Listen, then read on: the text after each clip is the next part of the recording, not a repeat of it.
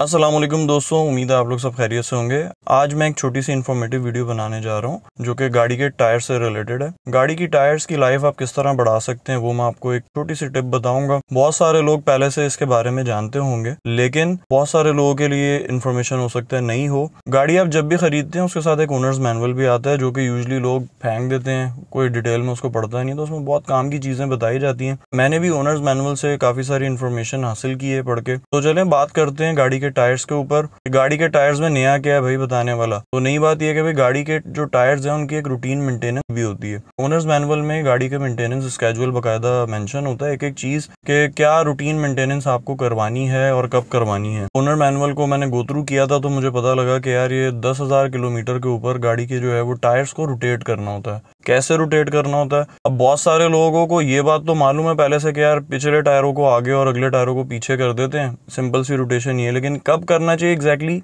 ये नहीं मालूम होता। तो अकॉर्डिंग टू ओनर्स मैनुअल गाड़ी के जब 10,000 किलोमीटर पूरे हो जाएं या उन टायर्स के 10,000 किलोमीटर पूरे हो जाएं तो आपको उनको रोटेट करना होता है। कैसे करना होता है ये मैं आपको बताता हूँ, और नया क्या था वो मैं आपको बताऊंगा। नई चीज जो मुझे भी पता लगी, कुछ नए टायर्स इस तरह के आ रहे हैं जिसमें इनसाइड और आउटसाइड वाला जो है वो पार्ट मेंशन होता है। तो आपने मेक श्योर करना होता है गाड़ी का जो इनसाइड वाला पार्ट है वो उधर ही रहे और आउटसाइड वाला पार्ट जो है वो बाहर की तरफ रहे। तो मेरे साथ भी कुछ ऐसा हुआ कि ये गाड़ी मेरी जो है वो तकरीबन 10,000 किलोमीटर अपने कंप्लीट कर चुकी है। आइडियली तो ये काम डीलरशिप वालों को करना चाहिए था जब उनके पास गाड़ी में लेके गया अपनी रूटीन मेंटेनेंस के लिए, बट ये लोग स्किप कर देते हैं चीजें। ना कोई कस्टमर पूछता है ना ही जो है वो ये लोग करते हैं, क्योंकि एक्स्ट्रा टाइम लगता है ना इन कामों में, तो कटा देते हैं लोग ये सारी चीजें।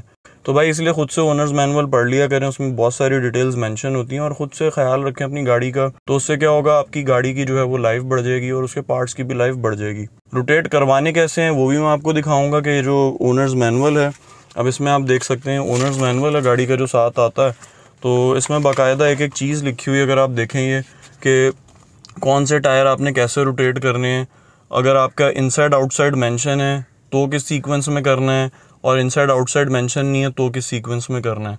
तो हमारे टायर जैसे कि ये रोटेशन वाला मार्क वाले हैं टायर, इनसाइड आउटसाइड मेंशन है, तो हम ये सीक्वेंस फॉलो करेंगे। और मैं जाऊंगा भी अपने करीबी पंक्चर शॉप पे और उनसे इसी तरह से जो है वो टायर्स को रोटेट करवाऊंगा। तो ये गाड़ी में तकरीबन 10,000 किलोमीटर चला चुका हूँ और अब ये टायर्स रोटेशन वाला टाइम इसका आ गया है और अकॉर्डिंग टू मेंटेनेंस स्केड्यूल। तो इस दौरान मेरी गाड़ी का एक टायर जो है वो सिर्फ पंक्चर हुआ था, एक स्क्रू की वजह से मेरा टायर पंक्चर हो गया था, जिसके लिए पूरा टायर उतर के दोबारा लगा। ऑनेस्टली स्पीकिंग मुझे भी नहीं मालूम था कि यार ये इनसाइड आउटसाइड वाला क्या चक्कर है। तो जब मैंने ओनर्स मैनुअल पढ़ा और उसमें देखा कि यार ये मैंने टायर्स रोटेट करवाने हैं, तो मैंने ऐसे ही चेक करने के लिए देखा कि इनसाइड आउटसाइड कहाँ लिखा हुआ है। तो जब मैं इनसाइड आउटसाइड चेक करने गया तो मुझे पता लगा ये जो टायर जिसपे मैंने पंक्चर लगवाया था पिछले 2-3 महीने पहले, तो वो जनाब उल्टा हुआ है, यानी कि जो इनसाइड वाला पार्ट था वो बाहर आया हुआ, आउटसाइड वाला अंदर गया हुआ है। पंक्चर वाले को भी नहीं मालूम था, ना मुझे मालूम था, क्योंकि टायर बाहर देखने में दोनों तरफ से एक जैसा लगता है। ये एक नई चीज़ थी जो मुझे भी पता लगी और ये मैं आपसे शेयर कर रहा हूँ। तो ये मेरा टायर है जो पंक्चर हुआ था इससे तकरीबन 3 माह पहले,